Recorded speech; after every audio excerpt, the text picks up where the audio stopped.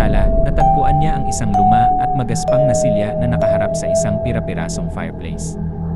Sa itaas ng fireplace ay may isang dusty na litrato ng isang pamilya, isang ina, ama, at dalawang anak na nakangiti na parang sila'y laging masaya. Naramdaman ni Emma ang panginginig. Nang balak niyang umalis, narinig niya ang isang malambing na boses mula sa madilim na pasilyo, "Emma, halika, maglaro tayo." Ang tinig ay parang boses ng bata, ngunit may nakakakilabot na pagkakahawig. Nakatigil siya, ang flashlight ay nanginginig sa kanyang kamay. Ang boses ay lumakas at lumapit, kasama ang tunog ng maliliit na mga yapak. Nag-uumapaw ang kanyang puso, habang lumingon siya, at nakita ang 4 na anino sa dulo ng pasilyo. Ang kanilang mga mata ay kumikislap ng hindi likas na liwanag.